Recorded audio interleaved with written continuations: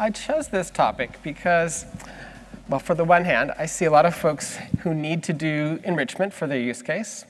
They need to somehow enrich the incoming events in their streams with additional context information. And I see a lot of folks getting off on the wrong foot and doing this the hard way or doing it just poorly.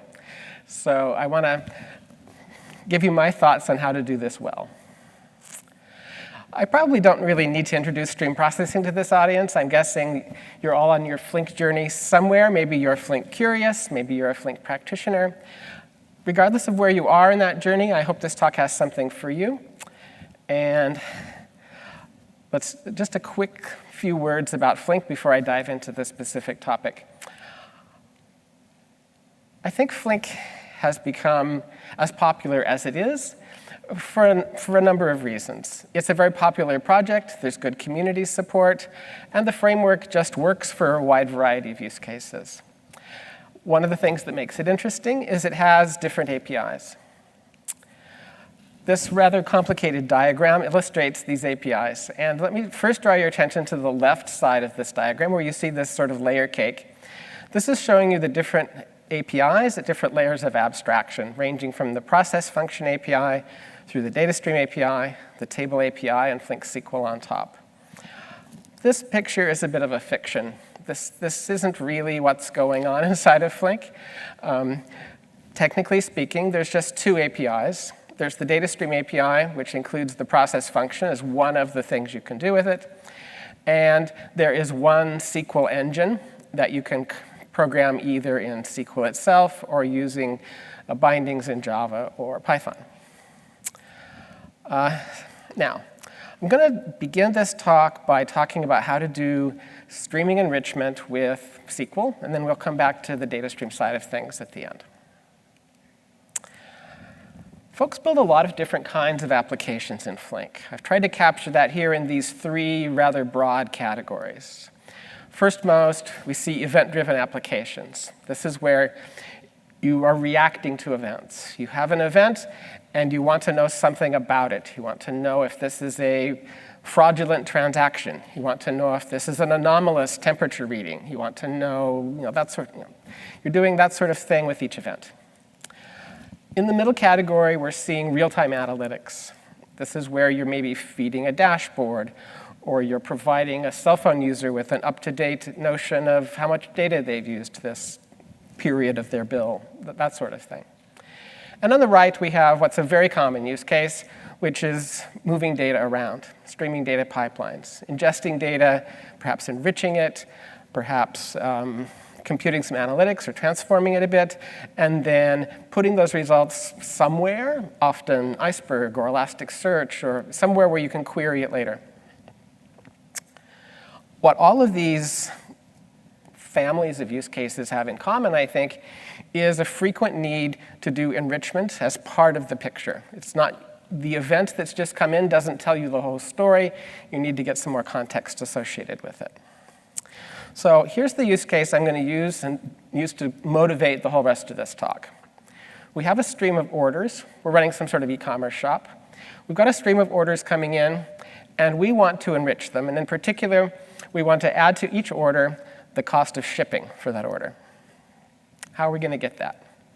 Well, we need to get from the customer. The order tells us who the customer is. We need to look up some customer information, find their postal code, because that's going to factor into knowing the shipping cost. We also need to know how much the products they're buying weigh. These are the two parameters we need. We need the user's postal code, or the customer's postal code. We need the weight of the item to be shipped. And then we can pass that off to some shipping API, get a shipping cost, and enrich the order with that.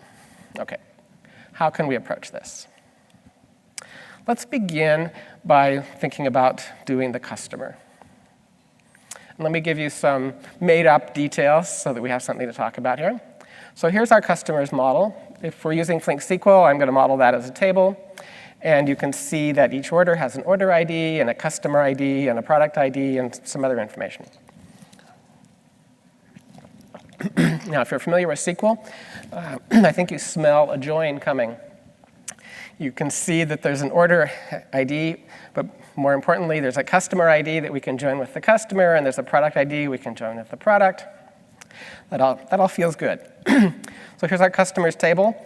And indeed, it has a customer ID that we can join with the order. And it's got that postal code we desperately want. Great. Now, so here's a join. I'm joining the orders with the customers, joining them on the customer IDs being equal. So far, so good. This feels like how you would solve this problem. I'm about to explain why this is the wrong way to approach this. But to get there, we need some background about how Flink works, and in particular, what it means to do a streaming join. So inside of Flink, and Flink SQL in particular, there are two different types of tables, broadly speaking. There are append-only tables, and there are updating tables. In this imaginary scenario I've laid out here, the orders are an append-only table. An order comes in, it's a fact, we're never going to change that order, it just is what it is. The customer table is an updating table. Facts about the customer change over time. The customer moves, they have a new postal code, but it's the same customer ID. So far, I think that all makes sense. So, in the case of the order table being an append-only table, now, what I'm explaining here with this slide is this duality between streams and tables. These are just two sides of the same coin with Flink. So here you can see at the top where I have the stream on the right there, this order is being thought of as an insert in the stream, and it's being appended to the table as, in this case, the first row in the table. If we get another order, it becomes another insert record in the stream, and it becomes another row that's been appended to the orders table, and so on. When we think about what's happening in the customer table, so here's a customer record. This is our first knowledge of this particular customer, so we're inserting them into the stream, we're inserting them into the table. Similarly for another customer. But then if we want to update one of these customers, we have to retract what we knew before and update that with the new information. In this case, we've changed their postal code. Hope you're all with me so far. Now, here's where things get a little complicated. Some SQL operations in Flink SQL produce updating streams, and some of them produce append-only streams. The operations shown here on the left are those that produce updating streams. So if you do a join, like this classic join you saw a minute ago where I was joining customers and orders, the result of that join is going to be an updating stream. On the flip side of this slide, you can see that some SQL operations can't consume updating streams. So this is where things kind of fall apart and we end up in an unhappy place. Because some of the operations we might find ourselves tempted to do can lead us to a situation where we can't follow on with the rest of what we want to do. If you do a regular join, then you can't use all these other fancy features afterwards. And that's not what we want. That's not where we want to be. So how do we get ourselves out of this bit of a conundrum we've created for ourselves? Well, I bet many of you have seen a diagram like this before, this sort of set representation of what joins mean in SQL. I'm sure this is familiar to many of you. I'm going to throw most of these away as being irrelevant to our particular use case, because we're interested in stream enrichment. That means we always have an order that we're enriching, so I can throw away the right and the outer join, because we always have that side of the join. And furthermore, we're only interested in the case where we can succeed in joining with the customer. So really, an inner join is the only case that's interesting to us, because otherwise we didn't succeed in doing enrichment. Here's that join that we've been talking about. Now let me just talk through what the runtime is going to do with this join. We're keying or partitioning all of the orders by the customer ID. Because we've told Flink SQL we're going to join on the customer ID, so we need to send every record for a specific customer, for a specific value of the customer ID. Every order for that customer needs to go to the same instance of the downstream operator. So, because we need all of the orders and all of the customer updates for a given customer to be processed together in the same place. So we do that by shuffling both of these streams. We shuffle the order stream, we shuffle the customer stream, and arrange it so that we have this nice property, that things come together the way we need them to. And now let me dive into what the join operator is doing. So here in this diagram, you see on the left some records coming in from both the orders and customer streams. And on the right, you see the output of the join happening. And as we zoom in here, if we look inside the operator that's doing the join, at any point in time, it's using some state to store some things. And in particular, it's storing all of the orders it's seen, and it's storing the most recent customer information it has. It's keeping the customer information updated as the updates come. This is what the join does in Flink SQL. It materializes in Flink state a bunch of stuff. When a new order comes in, we are going to store that order. We're going to build that into the state being kept on the order side of the join. And then we're going to take that same order and probe against the customers to find the right customer record, put those two together, and emit the result. That's great. That's what we wanted, right? We've enriched this order with the customer information. That's perfect.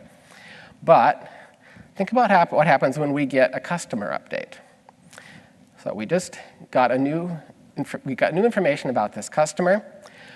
What a regular inner join in SQL is going to do is take that updated customer information, go find all the past orders for that customer,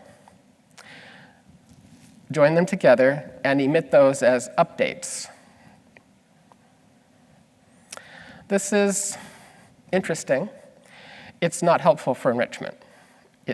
It might be what you want for some other use case, but for our use case, this is just the wrong semantics. We don't care about those past orders. They were made when the customer lived somewhere else. They got enriched previously with the zip code they should have had back then. Now, I just don't want to hear about this again. Yes, the customer moved since that order was placed, but not my thing. I don't want to know about it. So, to summarize what we just saw, this was an inner join. The storage we needed to do this was we had to store every order for forever. And we've stored one recent information about each customer. And then whenever we receive a customer update, we're outputting a bunch of stuff. And this leads to this situation where the output stream of this regular inner join is an updating stream. And furthermore, and this is a detail that you may not appreciate at the moment, but we can't have watermarks on this output stream. For those of you who, I'm going to talk about watermarks in just a second, but for those of you who have some appreciation for what watermarks are, you might appreciate that this is a problem. Now, why did we have this join behave in this way that isn't really what we want for enrichment? Well, the goal of the streaming SQL runtime is that you want it to be the case at every point in time that the result is exactly what you would have gotten if you had done the same query in batch mode. So if receiving an update about a customer means that a batch join would have produced results with that information with the old orders, which is what it would do, then a streaming join has to update its previous results to match the new information. It makes sense, but it's not what we want. Now a little digression about watermarks. Watermarks are a signal to Flink that indicates the passage of logical time or event time. I could give you a whole talk about watermarks. We're not here to do that today. What I want you to understand for today is that just like we saw with the updating streams, how some operators insist on producing updating streams and other operators can't handle those. Similarly, some SQL operators destroy any watermarking information that had been present, and then you can't follow those with operations that do demand watermarks. So the same operations that produce updating streams are the ones that destroy any watermarks that would be around. And so it basically is creating the same conundrum here. Let me give you a little more intuition for what this means. So here are some events laid out on a timeline. These events are all in the past. Some are more recent than others. If your stream is magically delightful, and your events always come perfectly in order, you are blessed. And one of the ways in which this helps you is that you always have complete information about the past history of your stream. This is nirvana. Much more common is that for the recent past, for some definition of recent, you still expect some out-of-order events to possibly arrive. And so there's this interval looking back for some part of the recent past where you have partial information, and then beyond that, further into the past, you believe you have complete information. What the watermark in Flink is an estimate of exactly where the boundary between those regions lies. So it's just an estimate about how much of the past you have complete information for. And this is based, almost always, on just some guesstimate, some heuristic that you provide where you specify how out of order you think your streams can be. So you just specify some maximum amount of out-of-orderness or a watermark delay, and it computes the watermark based off of that. OK. Now, some folks, having seen everything I've explained so far, will say, oh, well, I know that Flink has this thing called an interval join. Maybe I should use that. Interval joins, they don't produce updating streams. They don't destroy watermarks. Clearly, this is going to be better, right? I'll use this. No. Interval joins have their place, but if you want to do enrichment, forget about interval joins. They're not your friend either. What you want is a temporal join. Now, what on earth is a temporal join? If you may have heard of temporal joins before, they're reasonably well known in the Flink SQL community, and there are other databases that support them. The semantics of this temporal join you see here, all I've added to the join is this line that says, for system time as of orders.orderTime. Semantically, what this means is join this order with the version of the customer record that was in place at the time of the order. So we're basically able to treat the customer's table as a versioned table, and we can reach back in time and get the right version of the customer information. This is a dramatically better place for us to be, it turns out. This is where we were a minute ago with the way we were modeling the orders and the customers with an inner join. To do this temporal join, we have to add this one line to the join, and we also have to make sure that both of these tables have watermarks. So we have to describe how out of order they can be for the SQL engine to be able to handle this. OK, so to summarize where we are, if you use a temporal join, it's wonderful in many different ways. First of all, the runtime doesn't have to store any of the orders. As each order comes in, it just gets the right version of the customer, joins them together, emits the result. It's done with that order. That's the end of the story. It does have to store some customer information. It never outputs anything funny when customers are updated. It just remembers the updates. The output stream of the temporal join is append only, so you can do other things to this. You can apply windowing or pattern recognition or any other Flink operation you want to do to the output of this join, you can do. And this output stream also has watermarks, so again, there's just no limitation on how you can work with this. OK. It's kind of a long-winded way of telling you, please use temporal joins and forget about inner joins, but wanted to kind of go through the details. Now, what about enriching this with the product information? Again, please, use a temporal join. But this is where folks start to get into trouble with temporal joins. The tricky thing about product information is it's often the case for many businesses that their product information is only very rarely changing. Maybe they get a new upload from their distributor once a week, and they update the product metadata. And so for the most part, this stream of it's hardly a stream, but this stream of product information is largely idle. And this can be a tricky problem for watermarking. Let me see if I can explain why. So here we see these two streams, the orders and the products now that we want to join with the orders. And And once again, we have watermarks playing a role here, so we have partial information about both for the recent past. Now, when it comes to the join itself, the join can only be as complete as the least complete of the inputs. So in terms of the join being confident about producing results, it's really only good up to where the product information is still complete. Now, so that's where the watermark is. And then as we get more orders, if the product information isn't being updated, the watermark is still being held back, and so the join is kind of stuck. The join is stuck because the products aren't being updated. This is known as the idle source problem in Flink. There is a way to address this. You want to set something called an idle timeout. And when this idle timeout, so you just want to say, if this stream doesn't have any updates for a minute, for 5 minutes, or whatever you want to pick, then just please assume that this stream isn't broken, assume it's just idle, and go ahead and advance the watermark and let the joins produce its results. So keep that in mind. This is often a problem for folks with product feeds in particular. OK, now we come to the final leg of our desire to enrich this, and we wanted to do the shipping cost. How can we handle that? Here's where things get different. Temporal joins can't help us anymore because this is an API. We have to reach out to some REST service and give it some information and get back a result. How can we do that?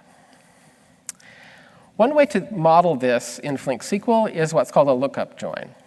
So a lookup join is how you can enrich things in Flink SQL without having a stream to do the enrichment with. This has very nice properties, except, of course, that you are reaching out to an external service, and this might introduce significant latency, but you can't really help it in this case, right? Now, unfortunately, Flink SQL doesn't bundle with it a lookup source connector to handle HTTP services. The nice folks at Getting Data have written an open source one that they share. I have never used this myself, so I can't recommend it unreservedly, but I know these guys. I think they do good work. I would expect this is a good thing. So if you find yourself in need of this, this is one way to go. You can, this will let you treat an HTTP-based REST service as though it were a table you can join with. It's a very nice thing. The other approach to this is, we don't really need to model this as a join, do we? We've just got 2 parameters. We've got a postal code. We've got a weight. And we want to turn that into another number, a shipping cost. This is just a scalar function that we want to call. And Flink supports asynchronous scalar functions. So this is another way. This is also a very good way to approach this. Just implement a custom async scalar function. The beauty of doing this asynchronously is you can have a bunch of these in flight and not have to tie up a lot of resources waiting for each one. So this is another good way to do this. This is how, for example, Confluent Cloud is doing the ML modeling stuff we saw in the demo this morning. It's all based on this kind of thing. OK, so to summarize where we've gotten to now with Flink SQL, here's where we are. Giving you a little decision tree for how to decide what to do. If you can stream your enrichment data into Flink, use a temporal join. Otherwise, use a lookup join if there's a suitable connector, or implement an async scalar function. OK, now, what about the DataStream API? This is where things get much more complicated. The first place I think people go to is a keyed coprocess function. Who here has heard of a keyed coprocess function? Is that mumbo jumbo to nearly everyone in the room? OK, a few of you. Effectively, this is the underlying building block that Flink SQL uses to implement all those joins we talked about. This is the low-level operator that takes 2 inputs, puts you in complete control over watching the events arrive one at a time on the different input streams, lets you manage the state yourself, lets you set up timers if you need them. You're in complete control. Any join you can imagine doing, you can do with this. But please don't. I mean, I can't come up with a really good motivating use case for why you would do this yourself, when I think pretty much any conceivable join you would want has been well implemented in Flink SQL or the table API. That said, okay, so my story here is what I would do if maybe the rest of your pipeline is using the DataStream API, and so it feels a bit awkward to suddenly switch gears and use a table join instead.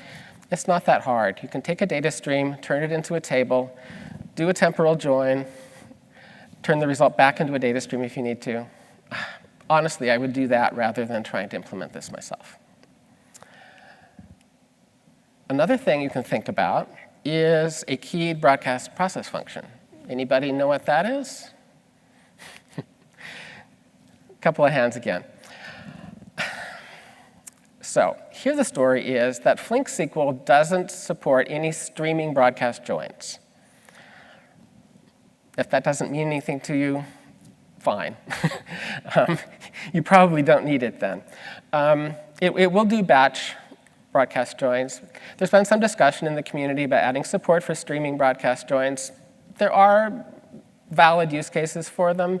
If you're really convinced you need this, then the only way you're going to get it is to implement it yourself with this low-level building block. I think the number of people who should go to this amount of trouble is vanishingly small. Now, the final thing that I can think of that you would use for enrichment is an async function. This is the DataStream equivalent of the async scalar function we saw a minute ago. This is how you, in the DataStream API, can make external calls out to external services and manage getting the results back in a good way. This is a perfectly valid way to do stream enrichment. If you're using the DataStream API anyway, yeah, sure, use an async function. But I wouldn't crawl down this rabbit hole unless you're already using the DataStream API anyway. OK, that brings me to the end of what I wanted to say to you today. Thank you for your attention. I'm happy to take lots of questions.